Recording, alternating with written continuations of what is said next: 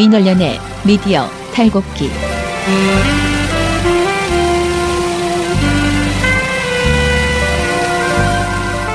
민원련의 미디어 탈곡기 209화를 시작하겠습니다. 예, 안녕하세요. 저는 민원련에서 사무처장을 맡고 있는 김원경입니다. 그리고 미디어 탈곡기의 이장입니다. 분녀회장 배나은 활동가입니다. 네, 청년회장 이봉우입니다. 예, 주말 잘 보내셨습니까? 주말이 꿈같이 지나갔습니다. 너무 금요일 저녁부터 진짜 저는 방송을 마치고 정관용을 마치면 6시 반이에요. 딱 정관용에서 끝나고 이렇게 나오면. 근데 늘 민원연에 거의 돌아오게 되거든요. 무슨 회의가 있거나 그래서. 근데 지난 금요일에는 싹 그냥 퇴근을 했어요. 근데 정말 퇴근하는 6시 반에 퇴근을 하니까 사람이 정말 많더라고. 지하철에 그 시간대에 거의 퇴근을 안 해봐가지고 바글바글 해서 겨우 집까지 가는데 너무 좋아가지고 이제 힘들고 좋은 거 있잖아요. 퇴근하는 길이 너무 힘들고 집에 딱 들어갔는데 진짜 이제부터 이틀 동안 잠수다 이렇게 생각하고 아주 푹 쉬었습니다. 근데 집 딸내미 작은 이사를 우리 집으로 돌아오는 이사를 도와주다가 허리가 삐끗해서 지금 굉장히 허리가 불편해요. 이렇게 막 이러면서 앉을 때도 일어날 때도 계속 소리가 나고 있는 그런 상태입니다. 자, 그러면은 오늘 미디어 핸드폰을 잘 찾으셨어요? 핸드폰 찾았습니다. 제가 핸드폰 잊어버려가지고 세상에 창피하게 왜 이렇게 동네방네 소문을 다 내놨는지 도대체 무슨 순식간에 이렇게 방송을 하고 딱 나왔는데요. CBS 분들이 전부 다 내 앞에 서가지고 핸드폰 잊어버리셨대요. 막 그러는 거예요. 그래서 무슨 소리 여기 있는데 그랬더니 이제 가방에 들어있던 게 떨어진 거예요. 돈 꺼내면서. 근데 너무 웃긴 게 막 최철 위원장에다가 뭐 노지민 기자에다가 막 오만 여기저기 연락을 해가지고 그래도 아저씨가 금방 가지고 오셨더라고요. 그래서 금방 찾았습니다. 그게 이제 기사님이 일부러 무슨 소문을 내신 건 아니고요. 기사님이 된 게 아니고 우리 안에서 찾아주시려고 주인 찾아주시려고 나름 노력하시다가 기사님은 노지민 기자한테만 보냈는데 노지민 기자가 저랑 마지막 통화한 게 노지민 기자여서 마지막 통화를 누르셨대요. 근데 이쪽으로 하고 우리 사무실에서 이제 CBS 전화번호를 모르니까 최철 기자가 이제 CBS니까 이제 그쪽으로 전화했는데 그분이 외근 중이었대요. 그래서 또 내근에 있는 사람들을 다 동원해가지고 사무실이 보도국이 발칵 뒤집혀가지고. 역시 우리 처장님께서 이 정도로 셀럽입니다. 너무너무 웃겼다니까 나왔는데. 방송국 보도국 하나를 아니. 문제 하나로 이렇게. 시민단체 하나. 아니야. 역시 셀럽은 다르다. 재미있었어요. 그래서 내가 무리를 일으켜서 죄송하다고 다들 막 사과 문자를 막 보내고 그랬습니다. 에이 참.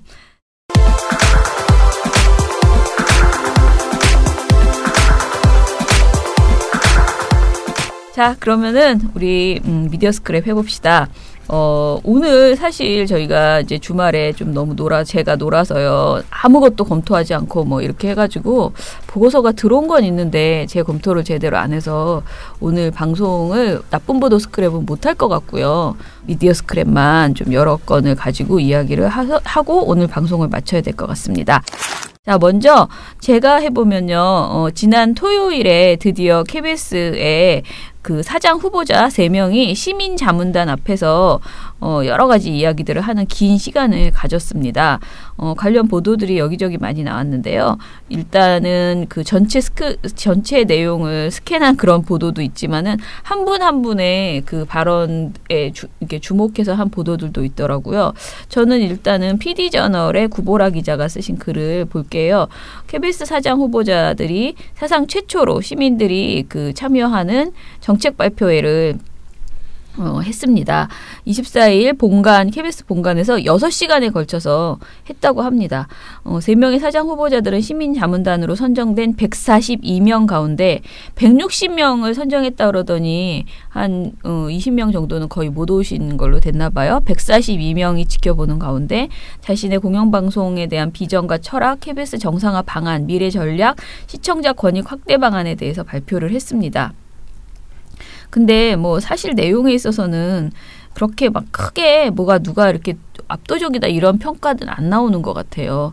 보면은 일단은 양승동 후보자는 저희에게는 양승동 회장으로 알려져 있는 PD-연합회 회장을 하시고 그 다음에 사원행동 공동대표를 맡으셨죠. 새노조의 전신이죠. 네네. 사원행동은. 네. 그러다 파면도 당하셨어요. 네. 이 파면은 물론 이제 저 부당한 것으로 판결이 났습니다. 네.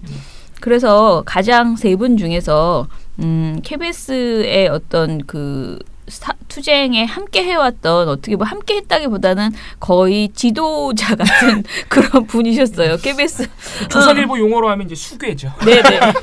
그렇죠. 저도 그렇게 생각합니다.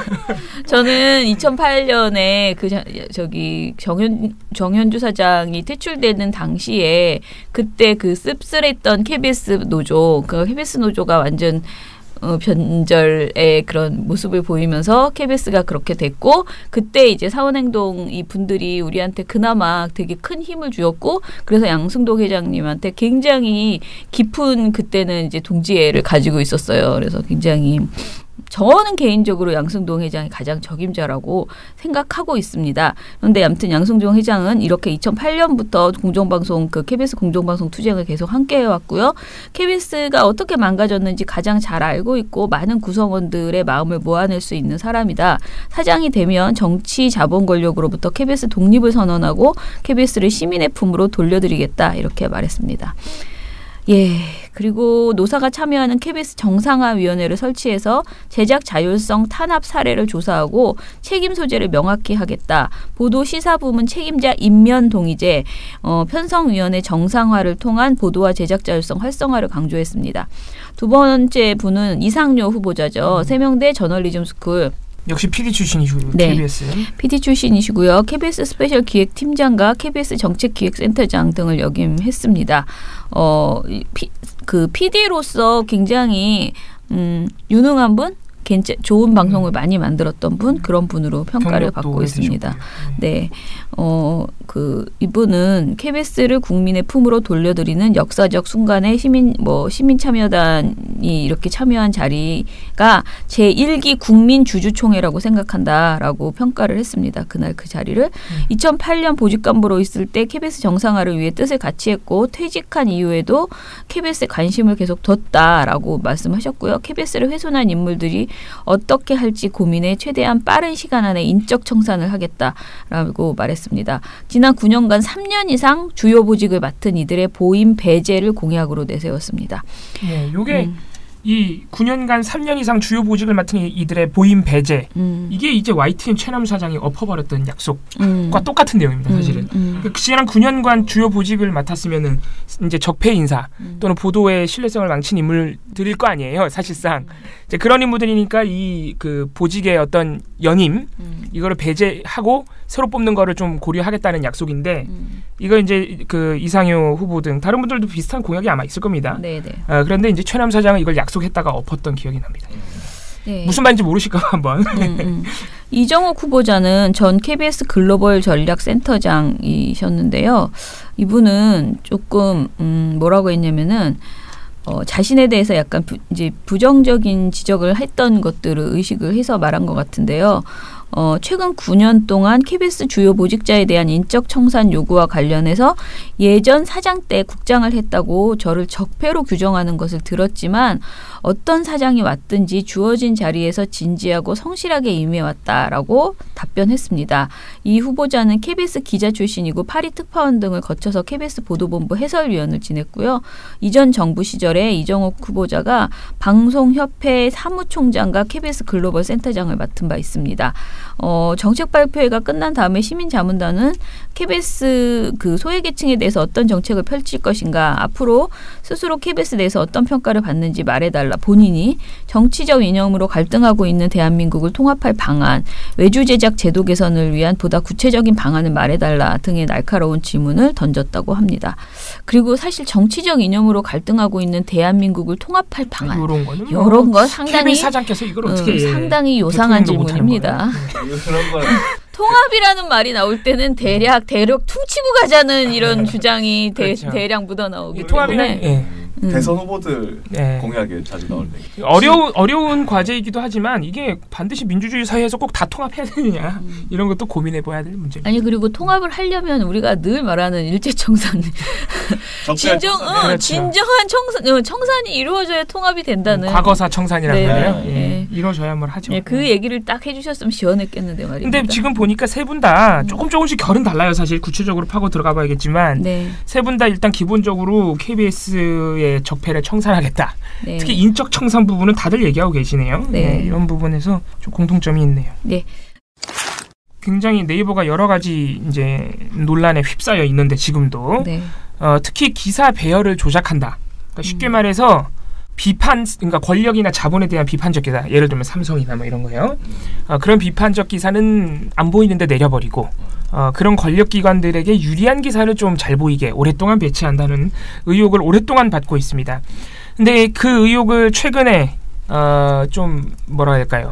실질적으로 증명한 사례가 있었죠. 네이버도 이건 인정을 했는데 바로 한국 프로축구연맹에게 청탁을 받아서 연맹을 비판하는 기사를 보이지 않게 배열했던 이거 네이버가 다 인정했습니다. 사과도 했고 이 사례가 아마 기억나실 겁니다. 이게 지난해 10월 20일 있었던 일입니다. 지난해 10월 20일 한국 프로축구연맹 누군가를 처벌할 자격이 있나라는 제하의 기사를 프로축구연맹의 청탁을 받고 잘 보이지 않는 것으로 내려줬습니다. 그러니까 프로축구연맹을 비판하는 기사라서 프로축구연맹의 청탁을 받고 내린 겁니다. 이게 이제 엠스플 뉴스가 그 정황과 근거를 다 보도했었죠. 청탁 문자를 공개했습니다. 청탁 문자를 보면 아마 연맹에서 정말 뭐라 할까 설설 깁니다. 마지막 부탁이라고. 이번 한 번만 어떻게 잘 좀 해주십시오. 네이버 담당자가 수긍을 하고 내려줬던 그런 사례입니다. 이거 아주 충격적인 사례고 네이버가 다 인정을 했습니다. 은둔의 경영자라고 불릴 정도로 외부 언론 노출을 꺼렸던 이혜진 네이버 창업자 겸 전 이사회 의장이 오늘 국정감사에 처음으로 출석했습니다. 최근 비난 여론이 쏟아진 네이버의 의도적 뉴스 배치와 검색어 조작 문제에 대해서 고개를 숙였습니다. 굉장히 심각한 문제라고 생각하고 있습니다. 사과하시는 겁니까? 일이 벌어진 거에 대해서 진심으로 사과드립니다. 재발 방지 대책도 약속했습니다. 그때 당시 피해를 봤던 기사가 이제 오마이뉴스 기사예요. 오마이뉴스 기사인데 그래서 오마이뉴스가 이게 다 이렇게 드러난 다음에 지난해 10월 곧바로 네이버에 공문을 보내서 기사 배열 조작에 대한 조사 및 재발 방지 대책을 요구했습니다. 한 4개월 정도가 지났네요. 지난 4개월 동안 답을 안 했습니다. 그래서 오마이뉴스가 4개월 동안 답이 없어서 지난 23일에 다시 기사를 냈습니다. 그래서 네이버가 이러이러한 우리가 요구를 했는데 구체적인 내용은 오마이뉴스가 요구한 것은 오마이뉴스 기사 재배열에 대한 내부 감사 과정을 좀 투명하게 공개해달라. 추가적인 사례가 있는지 조사해달라. 그리고 이런 배열 공정성 문제에 대해서 전면 감사를 벌여달라. 그것 역시 그 결과를 투명하게 공개해달라. 재발 방지 대책과 관련해서 제휴 언론사들의 의견을 개진할 수 있는 공청회를 열어달라. 상식 수준의 요구들이잖아요. 이걸 대답을 안 한 거예요. 지난 4개월 동안 그래서 대답이 없었고 이거를 다시 오마이뉴스가 기사로 내자 곧바로 네이버가 23일 답신을 보냈습니다. 답변이 그동안 늦어진 거는 개선 절차를 우선했기 때문인 것 같다. 오마이뉴스 구성원과 기사 작성자인 시민기자 이근승님께 실망을 끼친 점에 대해서 깊이 사과드린다라고 4개월 만에 직접적인 사과도 썼습니다. 근데 이걸 누가 믿습니까? 4개월 동안 그 공문을 무시하다가 다시 문제제기를 하니까 이제 와서 사과하고 개선 절차를 우선했기 때문인 것 같다. 때문인 것 같은 건 뭐예요? 본인들도 잘 모른다는 거 아니에요? 아닌 것 같다도 할 수 있죠. 그래서 오마이뉴스는 또 이 회신 공문에 대한 입장을 다시 논의 중인 것으로. 근데 이렇게 되면 신뢰도는 이미 다 깎아먹었죠. 누가 믿습니까? 현재 네이버는 이 기사 배열과 관련해서 포럼을 진행 중입니다. 여기 민원연 정책위원도 들어가 계시고 한데 저희가 일전에 소개해드린 바가 있는데 AI를 이용해서 모두 알고리즘으로 처리하겠다는 게 일단 네이버의 보관인데 민원연은 지금 시민단체 이렇게 포함된 것을 고려해서 들어가 있지만 네이버에 과연 진정성이 있느냐 그리고 이 문제 이런 의혹들을 정말 떨쳐버리기 위한 구체적인 방안과 의지가 있느냐를 보고 앞으로도 참여 여부를 좀 고려하는 방향으로 진행을 하고 있습니다. 참여는 했는데 탈퇴 여부를. 예, 탈퇴 여부를 계속 고민하는 거죠. 예. 네, 계속 아니 왜냐면 정말 이건 아니다, 이건 들러리만 서는 것이다라고 생각되는 순간 너무 의견 반영이 안 되고 그러면 이거를 합의했다라고 할 수 없는 것 아니냐. 그런 생각을 하고 지난번에 있습니다. 저희가 특집처럼 한번 구체적으로 말씀드린 바 있는데 네. 지금 포럼에 참여한 학계 그리고 독자 그리고 저희처럼 시민사회 모든 부분의 위원들이 AI는 반대하고 있습니다. 예. 그 AI 왜 반대해요? 일단 AI로 하면은 가짜 뉴스를 걸러낼 수 없다. 또 하나 광고형 기사 또는 기사형 광고, 그게 그거지만 광고인데 기사처럼 가장한 것들 있잖아요. 그런 거는 AI가 걸러낼 수 없다는 겁니다. 그래서 독자들에게 그런 것들이 진짜 기사인 것처럼 다 나갈 것이고, 일단 첫 번째는 그런 위험성이 있다는 점. 그리고 이제 두 번째는 알고리즘도 결국 사람이 하는 건데 책임 회피 아니냐, 이런 비판도 있습니다. 예. 근데 사실 가장 큰 문제는 편식이거든요. 뉴스를 완전히 자기 중심적으로, 그러니까 자기가 관심 있는 사람, 마치 요즘 우리가 페이스북 보면 내가 뭐 하나 쇼핑만 했다 하면 그 비슷한 쇼핑 그 광고가 계속 나를 따라다니면서 진짜 귀신같이 따라다니잖아요. 근데 이제 네이버가 앞으로 뉴스를 그런 식으로 각 개개인에게 딱 맞춤형으로 제공한다라는 AI가 되면 그렇게 된다는 건데, 그러면 어떤 언론에 정말 우리가 꼭 내가 평소 관심사가 아니어도 그 봐야 되는 정보들이 있어서 그거를 이렇게 골고루 보여주는 게 뉴스의 기능인데, 그런 것이 완전히 배제되고 하루 종일 내가 좋아하는 연예인 뉴스만 본다거나 이렇게 될 수가 있어서 사실 그게 굉장히 부적절한 뉴스 서비스라는 어떤 공공의 기능이 완전히 없어지는 뉴스 서비스가 될 수 있어서 그 부분에 대한 우려도 굉장히 많습니다. 한 개인을 정보에 있어서 굉장히 고립시키는 거죠. 그런 효과, 그런 역기능이 나타날 수 있다는 것도. 네. 이게 아까 그 가짜뉴스 및 광고형 기사를 걸러내지 못한다는 그 부분과 연결이 되는 겁니다. 네. SBS 뉴스토리라는 프로그램을 아시나요? 지난 24일, 이게 토요일마다 하는 프로그램인데요. 아마 잘 모르실 거예요. 그렇게 인기 있는 프로그램. 저는 좋아합니다. 왜 그렇게 폄하하십니까? 제가 또 좋아해요. 말씀드리려고 했는데 24일에 나왔던 그 방송 내용만 보면요. 이제는 우리도 목소리를 낼 때 나도 피해자입니다. 확산되는 미투, 그리고 50대 남성 고독사, 뭐 이런 얘기를 다뤘고요. 또 그 지난주 토요일에는 개성공단 폐쇄, 그 뺏쫓겨 나온 기업인들에 대한 이야기, 뭐 이런 것들을 했어요. 그러니까 소재가 참 좋죠. 네, 소재들이 다 뭔가 이제 소외된 사람들에 대한 이야기들을 많이 다루고 있는 프로그램이죠. 근데 이 프로그램에서 작가들의 대량 해고가 있었다라는 주장이 지금 나온 상태입니다. KBS 구성작가협의회, 우리가 예전에 말씀드렸지만 여기가 이제 작가분들의 어떤 사랑방 같은 곳이라고 말씀드렸었죠. 여기에 그 익명의 글이 올라왔는데요. SBS 보직부장인 뉴스토리 작가 6명 중에 5명에게 개별적으로 해고를 통보했다고 합니다. 근데 그 스작이라는 닉네임을 쓴 글쓴이가요, 6개월부터 5년간 일했던 시사 작가들이 하루아침에 잘렸다고 말을 했다고 합니다. 근데 문제가 뭐냐면 사측에서 해고 사유를 개별적으로 통보를 하면서 그냥 개편과 함께 기존 작가 역량이 안 된다 라고만 그 전달을 했다고 해요. 그러면 잘리는 사람 입장에서는 아니 역량이 안 된다는 근거가 뭐냐. 그러니까 대체 내가 왜 잘리는지는 말을 해달라고 정확한 사유를 요구를 했다고 해요. 근데 사측에서는 그걸 아직 얘기를 하고 있지 않고 당연히 이제 구체적 근거를 밝히라라고 계속 요구를 하고 있는 상황이라고 합니다. 근데 작가들 입장은 그거죠. 수당 내역, 그리고 시청률표, 취재 내역서 이런 부분에 대해서 나는 그 역량이 부족하다는 말로 나를 설명하기는 어렵다. 반박할 자료들을 모으고 있는 상황이라고 하고요. 이게 좀, 그러니까 말로는 앞으로는 정의로운 시사 프로, 정통 시사 프로를 만든다고 얘기를 하고 있는데, 뒤로는 뭐 약간만 빌미만 생기면 그냥 다시 손쉽게 해고를 하고 있으면 과연 이게 정의로운 프로를 만드는 사람들의 자세인가라는 의문을 제기하고 있는 상황이라고 합니다. 이게 뉴스토리가 뭐 폐지되거나 그런 건 아니죠? 멀쩡히 방송하는데 다 그런 얘기는 아직 없는 것 같아요. 뭐 공지 나온 것도 없고. 그래서 이거는 사측의 입장은 아직 나오지 않은 상황이라 이런 상황이 불거지고 있다는 정도만 말씀을 전달드려야 될 것 같고요.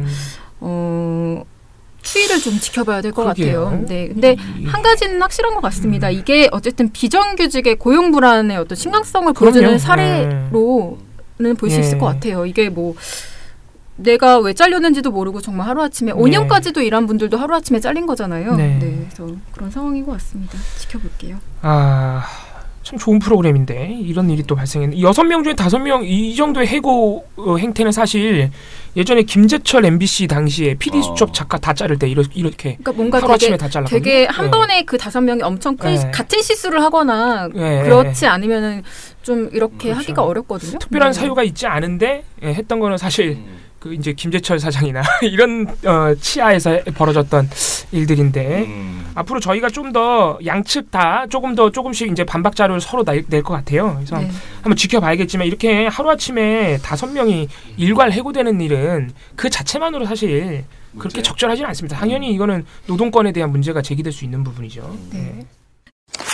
자, 지난주에 그 방송통신위원회가 상당히 여러 가지 일을 했거든요. 근데 방송통신위원회가 지난주 그 전체 회의에서 또 다른 그 의결을 한 게 있어요. 근데 KBS, MBC, KBS, EBS 등 지상파를 비롯해서 23개 방송사의 방송 광고와 협찬고지 등에 관한 법규 위반으로 2억 10만 원의 과태료를 부과를 했습니다. 방송통신위원회가 11월과 12월에 작년여에 방송된 305개 채널에 대한 방송광고 협찬고지 정기 모니터링을 했다고 합니다. 그랬더니 지난해 하반기 지상파 종편 케이블 채널 어린이 프로그램의 방송광고 협찬고지 법규 준수 여부를 집중적으로 살핀 그 결과 이런 그 아주 된통 맞는 이런 일이 있었다는 건데요. 방통위에 따르면 이들 채널은 방송법 등 관련 법규에 명시된 중간 광고 고지 의무를 위반하거나 가상 광고 고지 자막 크기의 기준을 따르지 않았다. 어린이 프로그램 방송 광고 자막 고지 위반, 그리고 프로그램 편성 시간당 광고 총량 위반 등 협찬 고지 허용 범위와 방법 위반 등 여러 가지 사례들이 있었다라는 겁니다. 과태료 금액은 각 방송사별로 동일한 사항을 몇 번이나 반복했는지 위반의 정도가 어떠한지를 고려해 차등적으로 부과했다고 하는데요. MBC가 1,470만 원이라는 과태료를 받게 되었습니다. 이유는 협찬고지 내용을 위반한 것으로 나와 있고요. 케이블 채널 중에서는 KBS의 자회사인 KBSN이 가상광고 고지 자막 크기 위반, 그러니까 크기가 딱 정해져 있나 봐요. 협찬고지 시점, 횟수, 내용 위반 등으로 5,150만 원의 과태료를 내게 됐습니다. CJ-ENM도 소속 채널인 TVN이 방송 프로그램 편성 시간당 광고 총량 기준을 위반해서 1,500만 원의 과태료를 부과했다고 합니다. 네.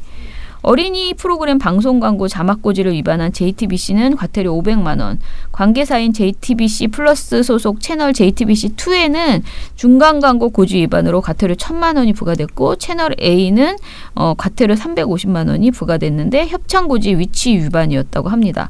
자, 이런 여러 가지 일들을 지금 방통위 산하에 시청자 미디어 재단에서 이거를 했다고 이 모니터링을 한 것 같아요. 왜냐하면은 여기서 뭐라 그러냐면 방통위 산하 시청자 미디어 재단에서 방송 사업자 대상 방송 광고 협찬 고지 법령 교육을 실시하고 있으니 방송 사업자는 이를 적극 활용하여서 법령 미숙지로 인해서 법령을 몰라서 인한 위반이 지속되지 않도록 노력해달라라고 이렇게 당부했다고 하는데요.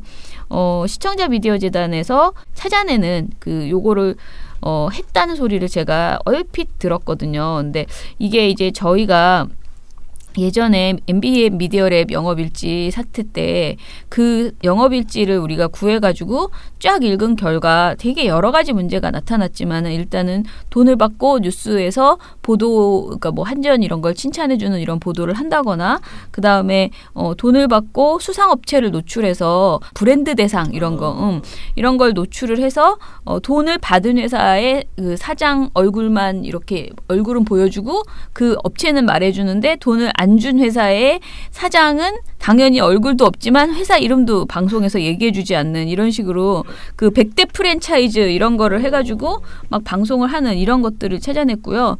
그때 우리가 조금 이상하다 생각했는데 도저히 알 수 없는 밝혀지지 않은 내용들이 꽤 많이 있습니다. 근데 그중에 많은 것이 협찬 고지에 관한 부분이었어요. 그래서 저희가 이 협찬에 대해서는 분명히 문제가 있다라고 생각을 하는데, 협찬을 받고 뉴스나 그 뉴스 이외의 프로그램에서 제품이나 업체를 홍보하는 경우가 굉장히 많습니다. 근데 이 협찬이라는 것은 원래 협찬을 할 수 있는 게 한정되어 있어요. 있어요. 그러니까 아무거나 무조건 다 협찬을 받을 수 있는 게 아니고 광고로 들어와야 되는 거는 광고로 그 프로그램에 들어가는 광고로 들어가는 건데 협찬은 그 프로그램을 만드는 사람들한테 바로 돈이 들어가잖아요. 근데 그래서 협찬에 대해서는 좀 더 꼼꼼하게 제도가 좀 되어 있거든요.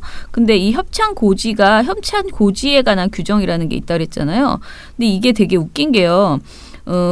협찬 고지를 어떻게 하라라는 게 되어 있는 거잖아요. 근데 협찬 고지를 안 하면은 협찬 고지에 관한 규정을 위반한 것이 안 된다라는 어처구니 없는 그런 해석이 있었어요. 그러니까 근데 우리가 왜 이 말씀을 드리냐면 당시에 민원연이 그 미디어랩 관련해서 열심히 찾아서 넣었을 때 어떤 일이 있었냐면요.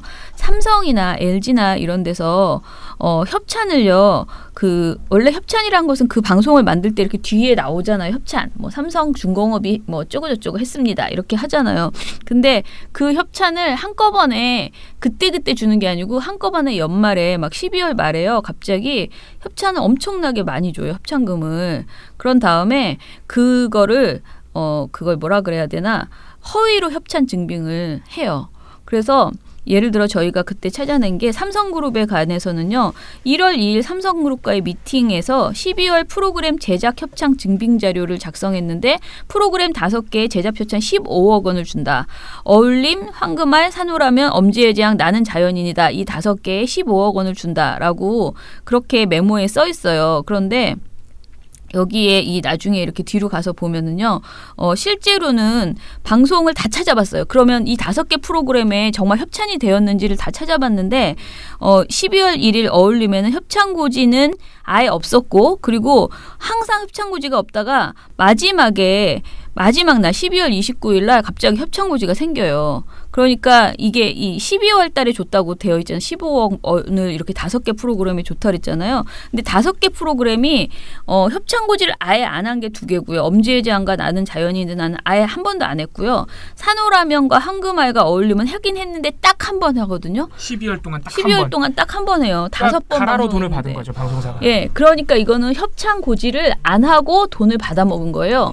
그래서 이건 불법이다라고 우리는 생각을 한 거예요. 왜냐면은 협찬을 받았으면 협찬고지를 해야 되잖아. 그렇게 생각을 했는데 근데 너무 웃긴 게 이거를 우리는 당연히 걸릴 줄 알았거든요. 근데 협찬 고지에 관한 규정은 협찬을 고지를 반드시 해야 된다는 말은 없기 때문에 협찬 고지를 작게 하고 요 어느 구탱이에 하고 몇 초 이상 몇 초 동안 나가게 하고 요런 규정이니까 그게 아니라는 거예요. 그래서 이게 그때 당시에 안 됐거든요. 저희가 지적한 게. 근데 이게 이런 식의 행동이요. 금액을 부풀리고요. 실제로 협찬 증빙이라는 말이 업계에서는 협찬 증빙이라는 말이 굉장히 음성적인 표현인데 이게 한마디로 돈을 받고 협찬을 진짜 하지 않았는데 돈을 그냥 방송사에 주고요. 어느 방송에 협찬을 한 것처럼 해서 영수증을 끊어주는 거예요. 근데 그 영수증이 더욱 웃긴 건 실제로 받은 돈보다 더 많이 끊어줘요. 방송사에서. 그러면 그게 어떻게 되는 걸까요? 그러니까 뭔가 비자금이 형성되는 그런 부분이 있는 거예요. 네. 예. 돈을 꽁쳐 놓는 거예요, 계속. 네. 그래서 굉장히 우리가 이걸 투명하게 해야 된다. 협찬고지에 관한 규정을 바꿔야 된다. 그리고 협찬을 협찬할 수 있는 걸 좀 더 엄격하게 제한해야 된다. 뭐 이런 얘기. 왜냐하면 우리가 보통 협찬을 할 때는 특히 행사 같은 거 협찬 때문에 그런 거잖아요. 그러니까 뭐 지역 행사나 이런 그런 것 때문에 이제 협찬이라는 것을 길을 열어둔 건데 이 부분이 지금 사실은 이 협찬고지 위반을 이렇게 교육을 해야 될 정도라는 거잖아요. 방송사가 몰라서 미숙지해서 위반할 수도 있으니 교육을 받으시라 지금 이렇게 방통위가 얘기하고 있잖아요. 근데 협찬에 대한 모든 그 규정들을 한번 다 재정비해서 여기에서 굉장히 장난질이 많이 이루어지고 있거든요. 그래서 우리가 지난번에 말한 이쪽에서 방송하고 있는데 그 원재료 아로니아 같은 거 방송하고 있는데 옆에서는 바로 이어서 그 제품을 팔고 있는 홈쇼핑에서는 이거 진짜 황당한 사례예요. 이런 게 굉장히 많이 벌어지고 있는데 지금도 벌어지고 있어요. 이런 게 지금도. 대부분이 협찬으로 이쪽에서 방송을 하게 되는 거거든요. 그래서 그런 부분들에 대해서 전체적으로 점검하는 제도 자체를 제대로 만들어 놓은 다음에 이걸 지켜라 말어라 뭐 과태료를 내게 해라 그러는데 물론 지금 이 과태료를 이렇게 하게 된 것도요. 저희가 그때 엄청 지적을 했기 때문에 이런 모니터링 사업이 시작이 된 거예요. 방통위가. 왜냐하면 니네 스스로 이런 거를 점검을 안 하면 우리처럼 이렇게 민원연이 운이 좋아서 그런 영업일지를 발견해서 고발하기 전에는 니네 스스로는 인지하지 못하지 않느냐 이런 식으로 방통위에 그때 굉장히 모니터링이 필요하다 자체 모니터링이 해서 이렇게 정기적으로 특정 시기에 모니터링을 한 것 같아요. 이렇게 암행 감찰처럼 그냥 그래서 이게 방통위가 그 전에 너무 여러 사람들이 협찬 관련돼서 문제가 있다라고 지적을 했기 때문에 스스로 이제 모니터링을 해보겠다라는 생각으로 이렇게 특정 개월에 이렇게 정해서 모니터링을 하고 그 준수를 하지 못한 그 업체에게 어떻게 보면 일벌백계 수준으로 이렇게 딱 준 것 같은데요. 이게 1년 내내 노상되고 있는 모니터링이 아닌 것이고요. 그리고 제도 자체도 부실하기 때문에 제도를 일단 고치고 그리고 실제로 방통위가 저희가 봤을 때는 좀 조사권이 있어야 돼요. 근데 이게 굉장히 없고요. 결국은 방송이라는 것 그거 자체에 드러난 것만으로 거의 판단할 수 있는데 실제로 얘네들이 돈이 오고 간 그런 어떤 영수증이나 이런 것들을 막 검찰처럼 조사할 수 있는 게 아니거든요. 그래서 굉장히 좀 한계가 있다. 네, 저희가 저번에도 말씀드렸지만 이게 굉장히 다 심각한 거. 이게 상식적으로 생각해 보세요. 기업이 방송사에 돈을 한두 푼도 아니고 수십억, 수백억씩 주고 있는데 그걸 증빙자료 아무것도 안 나는 게 이렇게 완전 가라로 하고 있는 거거든요. 정말 속된 말로. 수십억 원을. 그 기업이 언론사에 돈 왜 주겠습니까? 다 알잖아요. 예. 이렇게 돈을 퍼줄 이유가 없잖아요. 또 퍼주고 있는 거예요, 진짜로. 아니, 근데 광고도 안 하면서. 예. 방지하려고 코바코에서 광고를 나눠주는 건데. 그것도 지금 아닌 거죠. 이거 다 미디어 랩에서 1411랩으로 있는 다 미디어 랩에서 벌어진 일이거든요. 물론 이제 그 문제까지 가지만 또 저희가 저번에 얘기했듯이. 근데 지금 규정조차 그런 협찬 고지를 의무화해놓지 않은 거예요. 아주 문제가 많고 그리고 또 이런 문제에 대해서 이제 아주 간단하게 기본적인 회계 처리가 돼 있는지도 방통위가 전혀 조사할 수가 없어요. 방송사에 대해서. 그러니까 뭔가 좀 다 부실하고 그래서요. 좀 이게 대책이 필요합니다. 저희가 그러니까 이 미디어랩 MBN 미디어랩 터졌을 때 방통위에 문제 제기를 했지만 이렇게 허술하게 넘어간 이유는 방통위가 일단 의지도 없었지만 실제로 조사도 못해요. 그러니까 자꾸 검찰이 다 하라는 거야. 고발을 하라고 하고 자기네들은 고발 안 하고. 자기들은 또 안 해요. 수사 의뢰도 안 하고. 그러니까. 유관기관인데 수사 의뢰를 안 해. 그러니까. 그때는 이제 또 뭐 아무튼 뭐 여러 가지 정치적 문제도 있을 거죠. 그때 정권이 또 그랬으니까. 아무튼 이게 지금 사실 파고 들어가 보면 진짜 노답이에요, 사실. 진짜 방통위가 정말 분골쇄실하지 않는 이상 이 돈 문제, 이 아주 본질적인 문제인 돈 문제를 해결할 수 없습니다. 네, 다음 소식 전달드리겠습니다. 얼마 전에 KBS 기자들이 미투 운동 동참한다고 그 말씀 전달드렸죠. 그거 보면서 그거에 힘입어서 또 다른 미투 운동이 이번에 또 이어지기도 했고요. 그게 또 이제 많이 얘기가 되었는데요. 이것과 관련해서 또 내부적으로 그러면 이렇게 미투 운동을 한 KBS가 내부 성폭력을 잘 처리하고 있느냐라는 문제 제기가 또 나왔습니다. 이게 뭐냐면요. 사건 자체는 꽤 오래전에 알려졌어요. 피해자분이 6년 전에 일어난 사건입니다. 사건이 6년 전에 일어나고 이게 일어났다는 거를 굉장히 여러 군데서 말씀을 하셨어요. 그러니까 팟캐스트 같은 곳에서도 얘기를 하셨는데 이게 어느 곳에서 정확히 누구한테 피해를 입었는지를 말씀을 안 하시고 계셨던 거죠. 그래서 그냥 언론사의 문제다. 언론사에서 이런 문제들이 많이 일어나고 있어서 뭐 자정이 필요하다 이런 얘기를 많이 하시고 있어서 다들 그냥 짐작만 하고 있었는데 이번에는 아예 가해자의 실명을 밝혔는데 그게 이제 KBS 기자였던 거죠. 그리고 이번에는 본인의 실명도 밝히고 그게 정확히 어떤 사건이었고 언제 어디에서 일어났던 사건인지 그리고 2차 가해를 했던 양상은 어떤 것이었는지를 정확하게 다 밝힌 상황입니다. 근데 문제는 뭐냐면 복수의 KBS 직원이 2차 가해에 동참을 한 그런 상황인데 이것과 관련해서 지금 KBS가 제대로 이 사건을 처리를 하고 있느냐라는 것이죠. 이 문제 제기를 한 분은 요거를 은폐하려는 거 아니냐라는 의혹을 제기하고 있는 상황입니다. 그러니까 겉으로는 미투 운동을 하고 있지만 이 사건에 대해서는 그럼 가해자 그 처벌을 제대로 하고 진행이 어디까지 됐느냐라는 질문을 하고 있는 것이고요. KBS 측에서는 이분의 글이 퍼져나간 뒤에서야 이제 사건을 조사하겠다라는 뜻을 밝힌 상황입니다. 그래서 홍보팀 입장을 말씀드리면요. KBS 기자 성추행 폭로 기사 관련해서 기사 관련한 KBS 입장이라는 문자 메시지로 이제 전체 공식 입장을 밝힌 상황인데요. 문자 내용이 이렇습니다. 회사 차원에서 사실관계를 철저히 파악하기 위해 이미 감사에 착수했고 당시 피해 사실뿐 아니라 사후 대응 과정에서 일부 직원들의 부적절한 언행으로 2차 피해가 있었는지도 철저히 조사할 것.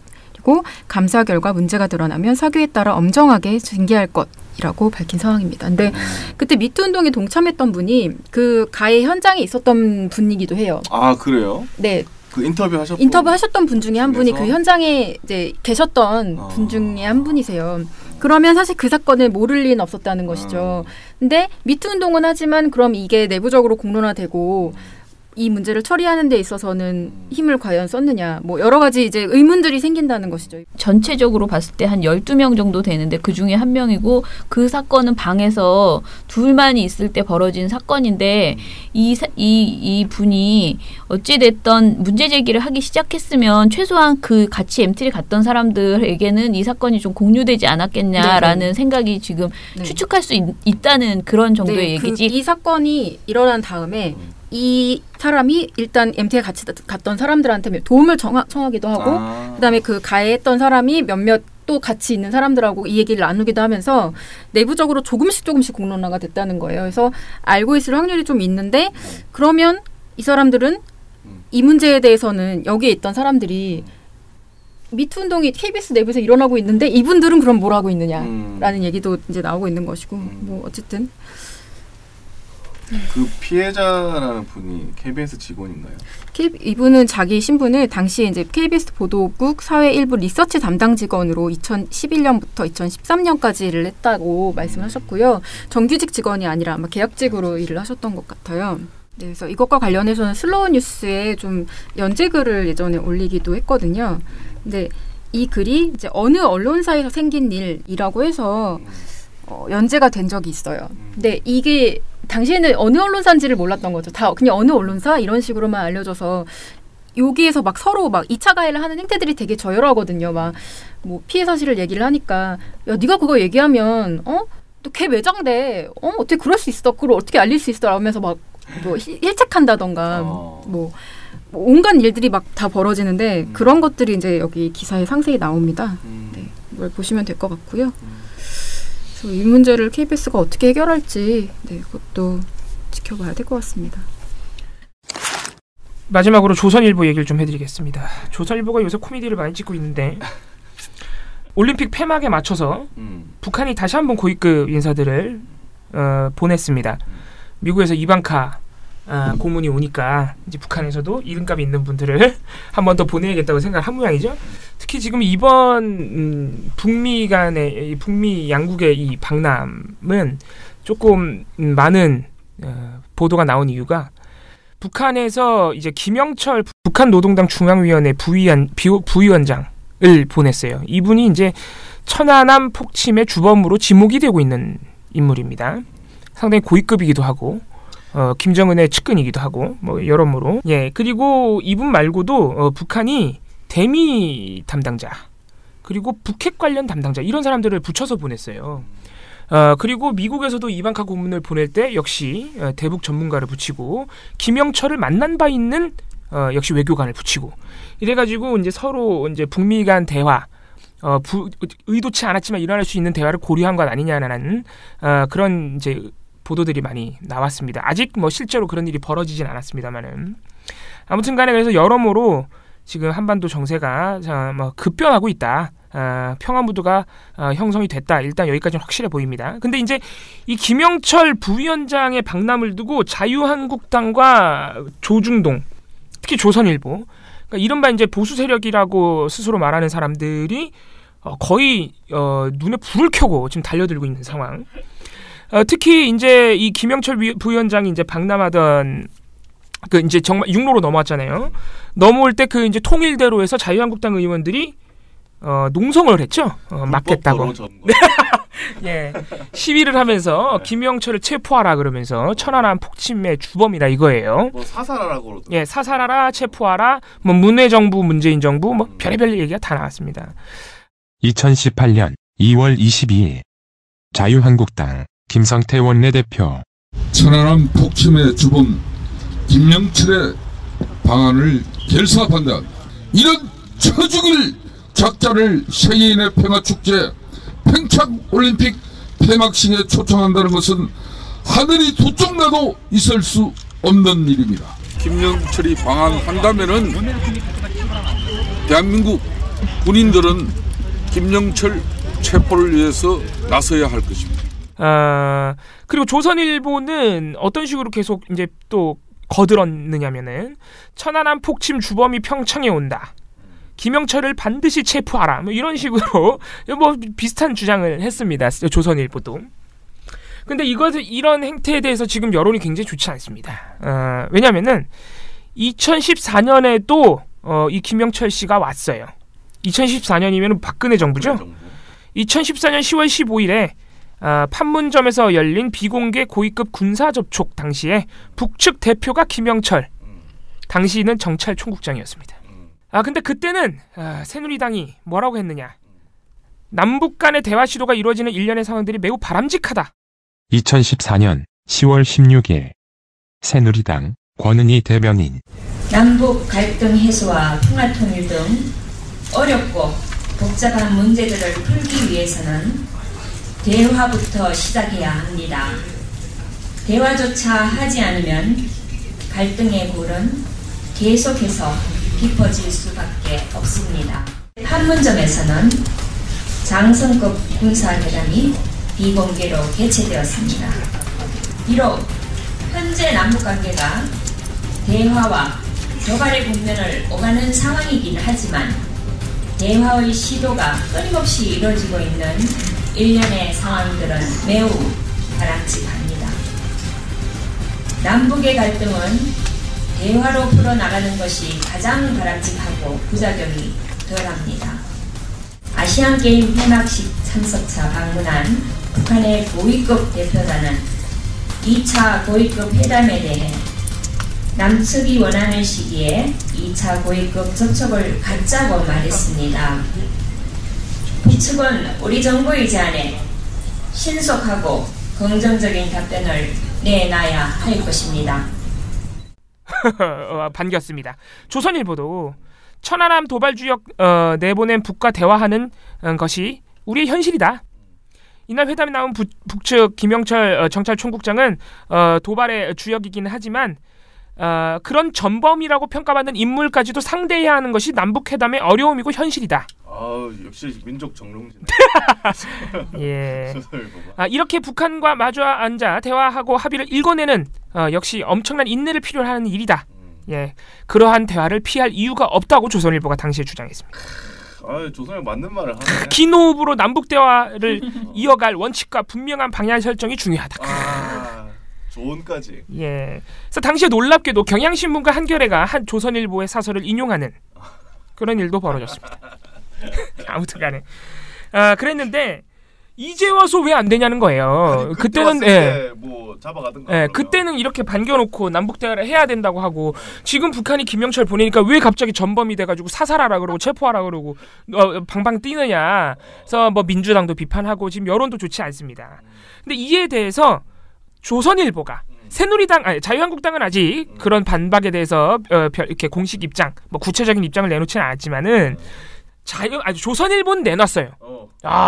아니야. 반론을 한 거예요. 다르다. 뭐라고 반론했느냐? 예.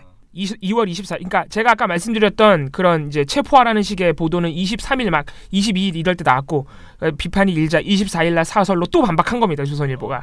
열심히 일해요. 김영철이 북측 군 고위 관계자로서 판문점에 와서 군사회담에 참석했던 2014년 사례와 스포츠와는 아무런 관련도 없는 그가 우리 주최 올림픽의 주빈으로 초대받아 2박 3일 동안 우리 땅을 휘젓고 다니는 지금의 상황을 같은 줄에 놓고 비교한다는 것은 말이 안 된다고 반박했습니다. 뭐가 다르지? 이상하지 않으세요? 아니 일단 무슨 말인지 이해도 잘 안 가요. 아니 천안함 폭침의 주범이라고 해서 안 된다고 했는데 그러면은 2014년에 군 고위 관계자로 우리 땅에 넘어온 게 더 이상하지 않으세요? 그때 더 체포해야 되는 거 아니야? 아니 이상하잖아. 2014년에 군 고위자로 넘어왔을 땐 그럼 천안함 폭침의 주범이 아니었나? 그때는 아니었나 보지. 네. 그때는 아니고 지금은 주범이야? 뭐야? 아니 뭐 스포츠와 관련 없는 사람이 온 거랑 그러니까 제 말이 그때가 더 이상하다는 거예요. 천안함 폭침의 주범이면 그때면 더 안 되지. 군 고위자로 오는 게 더 안 되지. 아무튼 이런 궤변을 늘어났습니다. 그래서 이거는 이제 민동기 미디어오늘 편집국장이 기자 수첩을 통해서 예전에 조선일보가 어떤 보도를 했는지 아주 상세하게 전례를 풀어줬습니다. 그래서 읽어보시면 아주 유익할 겁니다. 그리고 2014년에 이 10월 달에 심지어 박근혜 청와대는 군복을 입고 아시안 게임 이제 축하하러 넘어왔던 황병서에게 청와대 예방을 제안한 바도 있어요. 이걸 또 민동기 편집국장이 그때는 스포츠와 아무 관련 없는 군 관계자가 군복을 입고 넘어왔는데 그때는 청와대 예방을 제안했는데 그때도 조선일보는 아주 반겼습니다. 그때 김무성 의원하고 같이 악수하는 사진이었어요. 이때 조선일보는 이 황병서 총정치국장은 군부의 1인자다. 군부 1인자. 네, 대남정착의 1인자다. 이런 사람들이 이렇게 넘어온다는 것은 이 박근혜 정부의 남북 대화의 어떤 그 의지가 결실을 맺는 것이다. 이렇게 해놓고 지금은 왜 똑같이 군 관계자가 넘어온다는데 안 된다는 거야. 이상하잖아요. 할 게 없는 거죠. 네, 그리고 마지막으로 한 가지 더 우리가 짚어봐야 될 점은 자꾸 천안함 폭침의 주범이 김영철이라서 자꾸 체포하고 죽이라 그러는데 그것도 사실관계가 완전히 밝혀진 게 아니에요. 이분은 지목만 되고 있는 거예요. 당시 이제 정찰 총국장이라는 이유로 그 사람이 정찰 총국장이었으니까 그 사람이 책임자 아니었겠니라는 추측이에요, 이게 다. 네. 그렇게 치면 북한 그렇죠. 그럼 아무것도 안 된다. 사실 그렇게 따지면 이 정찰 총국장이고 천안함 폭침 주범인 것 같으니 안 된다 그러면 남북 대화를 하지 말란 얘기예요. 사실상 전쟁하자는 얘기예요. 이런 조선일보나 자유한국당의 지금의 주장은 예전엔 그렇지도 않았어요. 예전에 또 대화하자 그랬죠. 예. 그러니까 아무튼 문재인 대통령이 그냥 싫은 것 같은데 심지어는 이명박 정부가 천안함 폭침에 대해서 조사를 벌여가지고 결과를 발표했을 때도 김영철이라는 이름이 들어가지 않았어요. 주범으로. 그러니까 사실 그것도 다 추측이라서 명확하게 사실관계를 파악해서 써야지. 이런 식으로 김영철이 주범이다. 이렇게 아직 밝혀지지도 않은 거를 이렇게 명기하는 것 자체가 사실 언론으로서는 그렇게 썩 적절하지 않은 행태입니다. 이번 기회에 천안함 재조사하자고 그런 여론도 있다. 예, 그렇죠. 이건 사실 내로남불도 아니고 이건 분탕질이에요, 사실상. 예. 아무튼 그래서 미디어 오늘 민동기 편집국장이 아주 상세한 보도를 써놨으니까 읽어보시면은 조선일보가 얼마나 웃긴지 다시 한번 알 수 있습니다. 요즘 조선일보가 뭐든지 최고로 웃기는 진짜 정말 요즘 열심히 살고 있습니다. 그런데 별로 안 먹히는 것 같다는 그들의 그 주장이 옛날에도 허접하긴 했지만은 그래도 옛날에는 좀 영향력을 미쳤는데 이제 자꾸 실패하는 오더를 내리고 있는 것 아닌가 조선일보가 그런 생각도 좀 듭니다. 약간 빈축만 사고 있다. 그래서 점점 더 무리수를 두는 것 같아요. 네네 그런 것 같죠. 7, 6, 5, 4, 3, 2, 1. You'll never have the sacred stone. Oh, this you crazy mother. 자, 그럼 민원연 대댓글. 네, 대댓글로 넘어가 보겠습니다. 네. 주말간 또 많은 분들이 댓글을 남겨주셨습니다. 레이니 치세님께서 민원연과 함께 제가 즐겨보는 뉴스 매체는 미디어 오늘이라고. 이거 저희가 또 마침 읽어드렸던 지적 고맙습니다. 심의위에 불려 나온 TV조선이 달려졌다라는 기사 기억나시죠? 네.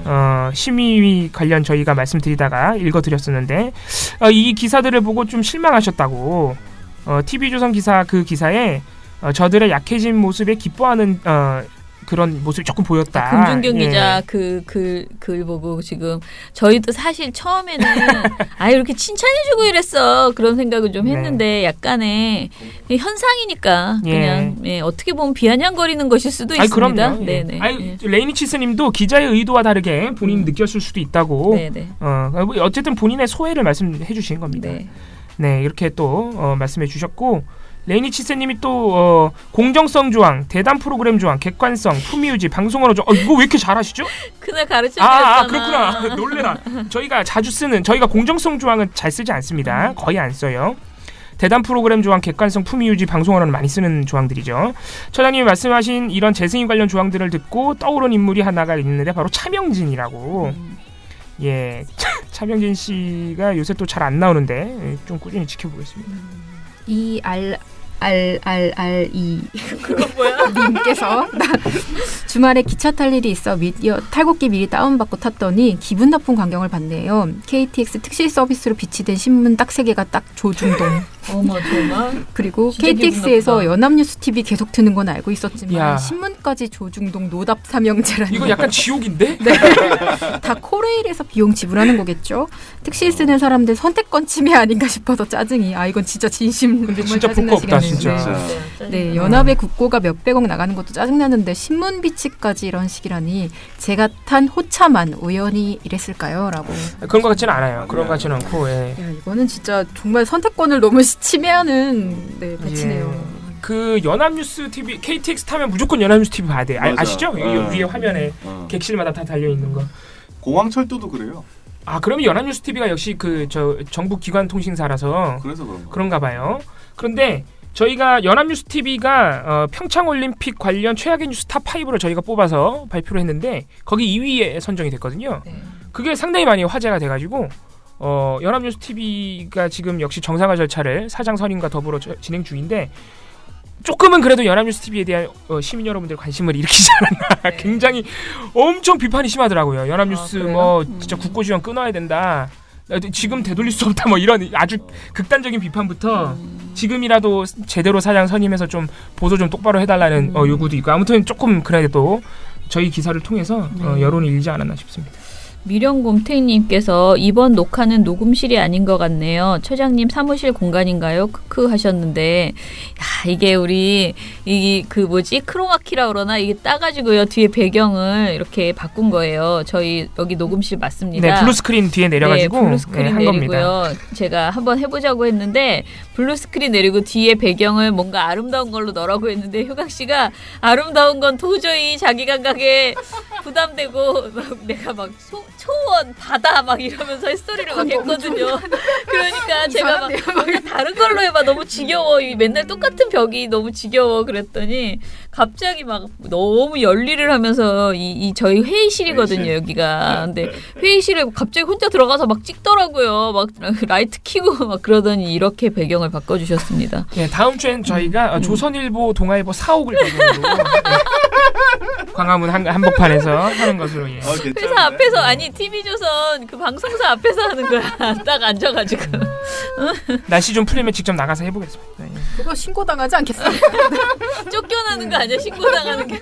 예, 미런곰탱님께서 처장님, 베나베나 활동가님, 봉봉 활동가님, 이정일 PD님 모두 감사하고 걱정 끼쳐드려 미안합니다. 청취자를 존경하는 미타 식구들 늘 존경하고 사랑합니다라고. 저희가 좀 너무 뭐라고 해야 될까요? 마음 아파하시는 것 같아서 걱정을 좀 했는데. 예. 트러스트노우님, 강유미 카지노 딜러 복장에 꽃꽂이 꽃 들고 태극기 집회에도 잠입 취재하던데요. 장난 아니에요 진짜. 주진우 기자 나오는 거 아닌지 의심되기도 합니다. 진짜 근데 그거 진짜 무서울 것 같은데. 다음 주 예고를 보니까 태극기 집회에 옷 입고 가가지고 취재 준비하고 있더라고요. 아무나 못하는 거. 예. 강유미 씨의 용기에 찬사를 보냅니다. 정작 보도에선 저렇게 못하는 SBS가 말이죠. 라고 하셨습니다. 되게 재밌나 봐요. 이 댓글 좋네요. 피곤하구나 님께서 적폐라는 말도 사치인 폐기물 TV 북조선은 존재 자체가 시민들에게 재해입니다. 라고 댓글을 남기고 떠나주셨습니다. 네. 피곤하시죠? 네. 저희도 그런 거 보고 있으면 피곤합니다. 자, 이제 이걸로 마치겠습니다. 네. 오늘 그 보도 터는 게 없어서 조금 아쉽겠지만요. 오늘 지금부터 열심히 일을 해야 내일 털 것이 나옵니다. 내일 뵙도록 하겠습니다. 민원연의 미디어 탈곡기는 내일도 열심히 털어드리겠습니다. 탈탈탈. 안녕.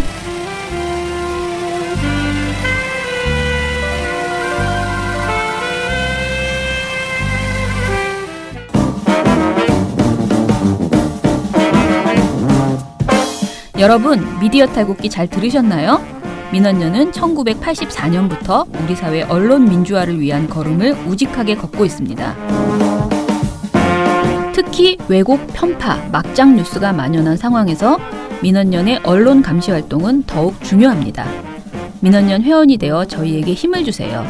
민원연 홈페이지 ccdm.or.kr에 오셔서 회원가입을 신청하시거나 02-392-0181로 전화 주시면 됩니다. 한 달 10,000원의 회비가 언론을 바꿉니다.